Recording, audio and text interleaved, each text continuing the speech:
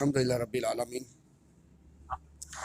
والصلاة والسلام علی سید المرسلین اما بعد فاعوذ باللہ من الشیطان الرجیم بسم اللہ الرحمن الرحیم الصلاة والسلام علی رسول اللہ وعلی آلہ وصحابہ یحمد اللہ۔ سورہ مائدہ پڑھیں گے انشاءاللہ ہم، چھٹے پارے کے اندر ہے، رکوع نمبر 7 ہے، کچھ اہم چیزیں انشاءاللہ۔ آیت تو پیچھے سے ہیں لیکن تھوڑا سا ہم آگے سے پڑھ رہے ہیں۔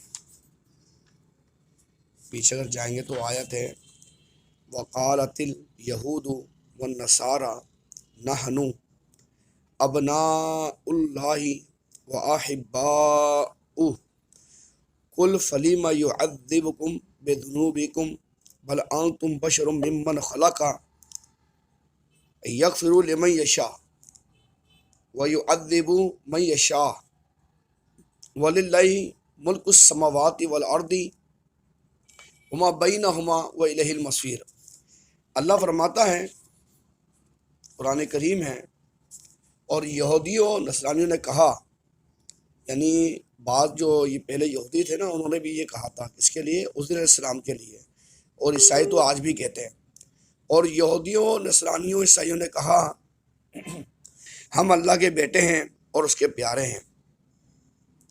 اب اللہ فرماتا ہے محبوب آپ فرما دیجئے کہ پھر وہ تمہارے گناہ پہ عذاب کیوں دیتا ہے؟ یعنی اللہ فرما رہا ہے اگر تم اللہ کے بیٹے ہو، اللہ کے پیارے ہو، ٹھیک ہے نا، تو پھر تمہیں عذاب اللہ دیتا کیوں ہے؟ قل فلیما یعذبکم بذنوبکم، ظلم مانے گناہ ہوتا ہے، یعذب مانے گناہ عذاب ہوتا ہے۔ پھر محبوب آپ فرما دیجئے سے ان سے کہو پھر وہ تمہیں تمہارے گناہ پہ عذاب کیوں دیتا ہے؟ آگے ہے باقی تم اس کی مخلوق میں سے انسان ہو۔ اللہ فرما رہا ہے کوئی میرا بیٹا نہیں ہے، تم اس کی اللہ کی مخلوق میں سے انسان ہو۔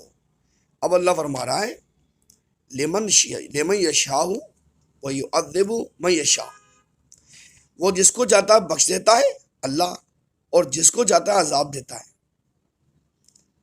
اور اللہ ہی کی بادشاہی ہے تمام آسمانوں اور زمین میں، اور ان دونوں کے درمیان، اور اس کی طرف سب کو لوٹ کر جانا ہے۔ وہ الہ المصیر کا معنی ہے اور اسی کی طرف، یعنی اللہ کی طرف لوٹ کر جانا ہے۔ اب آگے سٹارٹ ہے یا اہل الکتاب قد جاءکم رسولنا یبین لکم علی فترۃ من رسولی ان تقولوا ما جاءنا من بشیر ولا نذیر فقد جاءکم بشیر و نذیر واللہ علی کل شیء قدیر۔ اب یہاں سے نئی بات شروع ہوئی ہے۔ اللہ فرماتا ہے اے اہل کتاب، یعنی عیسائیوں یہودیوں، بے شک تمہارے پاس ہمارے یہ رسول تشریف لا چکے ہیں، جلوہ گر ہو چکے ہیں، اور تمہارے لیے ہمارے احکام بیان کرتے ہیں۔ اس کے بعد کے رسولوں کا آنا مدتوں بند رہا تاکہ تم یہ نہ کہو کہ ہمارے پاس کوئی خوشخبری سنانے والا آیا، نہ ڈر سنانے والا۔ سو بے شک تمہارے پاس خوشخبری سنانے والے اور ڈر سنانے والے تشریف لے آیا، اور اللہ ہر چیز پہ قادر ہے۔ یعنی کہ نبی کریم علیہ السلام خاتم النبیین آگے ہیں۔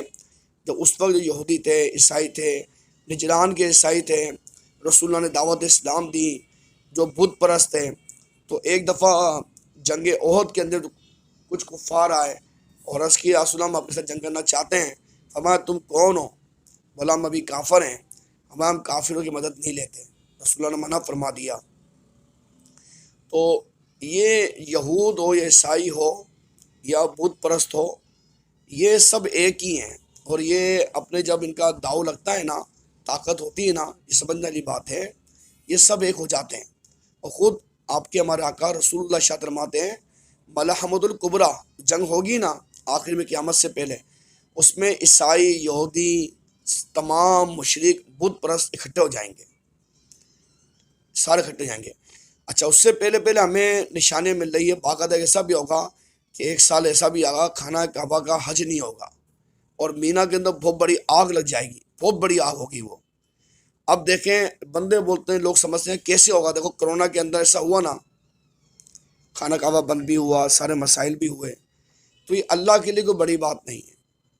ابھی دیکھیں آپ جنگ جو چل رہی ہے، فرض مسلمان شہید ہو رہے ہیں، بعض کفار حمایت بھی کر رہے ہیں، بعض انکار بھی کر رہے ہیں، لیکن بیک گراؤنڈ کے اندر جو ہے نا سب کا مقصد ایک ہی ہے کہ مسلمان ختم ہو۔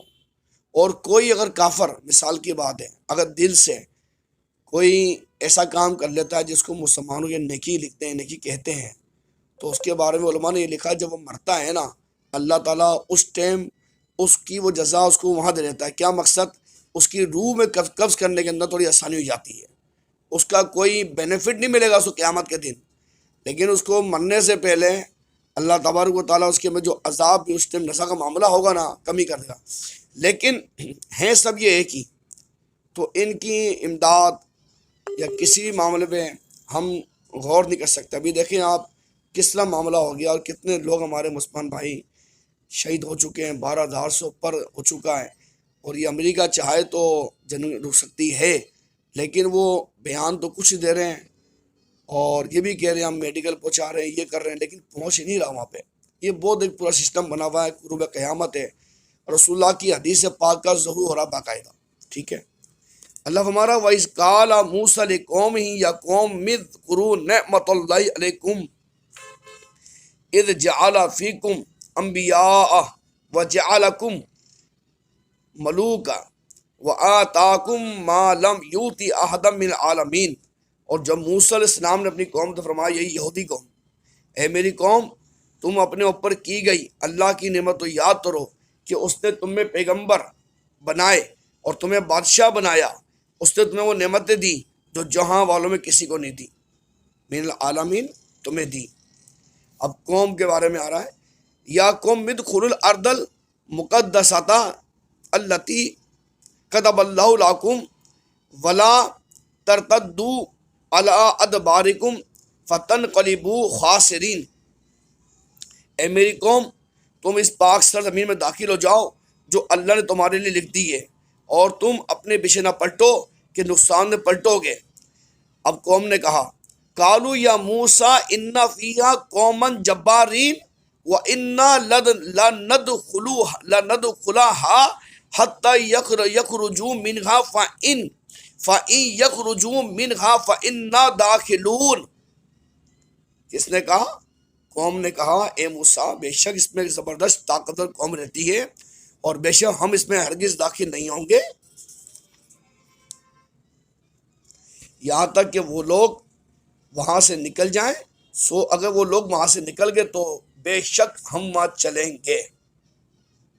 اب یہ آیت پڑھ لی آپ نے، سورہ مائدہ ہے، پارہ نمبر 6 ہے، رکوع نمبر 7 سے ہم نے سٹارٹ کیا ہے، آپ وہاں جا کے پڑھ بھی سکتے ہیں کہ جب موسیٰ نے بھی قوم سے کہا تھا میری قوم اللہ کی اس نعمت کو یاد کرو، یہ والی بات، اور وہ جعلکم ملوکا، اس نے بادشاہ بنایا ہے، کہ اللہ نے فرعون کی ہلاکت کے بعد اس کے ملک کا بنی میں انبیاء کرام علیہ السلام بہت پیدا کیے اس ملک کے اندر، اس لیے بادشاہی پیدا ہوئے۔ بعض مفسرین نے کہا ہے کہ ان میں ہر وقت پانی جاری رہتا ہے، نعمتیں ملتی رہتی ہیں ان کو، اس کے باوجود ان لوگوں نے قدر نہیں کری، اللہ نے من سلوا دیا ان کو، انہوں نے وہ بھی نہیں کری، اور جب انہوں نے اللہ نے یہ فرمایا، اللہ نے یا قوم ادخلوا الارض المقدسۃ، اے میری قوم تم اس مقدس زمین میں داخل ہو جاؤ، یعنی پاک مبارک سرزمین میں، اس بیت المقدس، اس شام کی سرزمین مراد ہے، یعنی جب اللہ فرمایا تم بیت المقدس میں جاؤ اور وہاں جا کے آباد ہو جاؤ، تو سنو، دیکھو جو یہودی بولتے ہیں نا ہم شروع سے یہاں پر ہماری ملکیت ہے، قرآن کی آیت پڑھ رہا ہوں میں آپ کے سامنے، یہ قوم اس ٹائم نہیں گئی کیونکہ وہاں پہ بہت لمبے چوڑے بڑے آدمی تھے، یہ ان سے گھبرا گئے تھے، پھر اللہ تعالیٰ نے ان پر دنیا میں سزا رکھی اور جو انہوں نے مانگا ان کو وہاں بھیجا، تو یہ وہاں گئے ہی نہیں۔ کیوں نہیں گئے؟ التی کتب اللہ لکم، جس کو اللہ تعالیٰ نے تمہاری قسم میں لکھ دیا ہے، اس کو تمہارے لیے مقرر فرمایا ہے، اللہ تعالیٰ نے لوح محفوظ میں لکھ دیا ہے، اگر تم ایماندار اطاعت گزار ہو بے شک یہ پاک مبارک سرزمین تمہارا مسکن ہوگی۔ اللہ نے فرمایا لیکن مانے نہیں، بلکہ بولا ولا تتردوا علی ادبارکم، تم جبار قوم جو خوف سے شکست کھا کے پیچھے نہ ہٹنا، اللہ فرمایا تم پیچھے نہ ہٹو، غلط کر رہے ہو، یہ مطلب ہے تم دین سے پیچھے نہ پھر جانا، فتنقلبوا خاسرین، ورنہ تم نقصان اٹھا کر پلٹو گے دنیا آخر ثواب سے محروم ہو جاؤ گے۔ انہوں نے ڈائریکٹ منع کر دیا۔ آگے پھر کیا ہوا؟ قال رجلان من الذين يخافون انعم الله عليهم ادخلوا عليهم الباب فاذا دخلتموه فانكم غالبون وعلى الله فتوكلوا ان كنتم مؤمنين قالوا يا موسى انا لن ندخلها ابدا ما داموا فيها فاذهب انت وربك فقاتلا انا هنا قاعدون قال رب انی لاملک الا نفسی واخی ففرق بیننا بین القوم الفاسقین۔ اللہ اللہ اللہ۔ خوف خدا رکھنے والوں میں جن دو مردوں پر اللہ نے انعام فرمایا، انہوں نے کہا تم ان پر دروازے سے داخل ہو جاؤ، سو اگر تم ان پر داخل ہوگے تو یقینا تم غلبہ پالو گے۔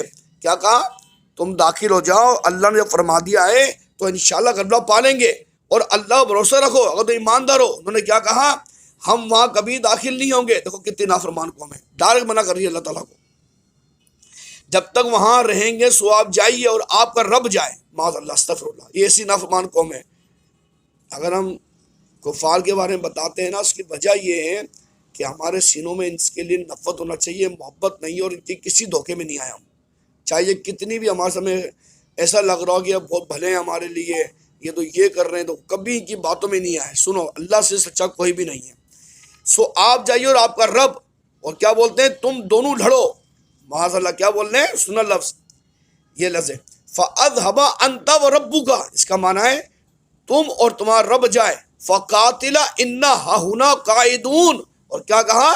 یعنی تم اے موسیٰ، تم اور تمہارا رب، تم دونوں لڑو، ہم تو یہاں بیٹھے۔ قائدون معنی بیٹھنا۔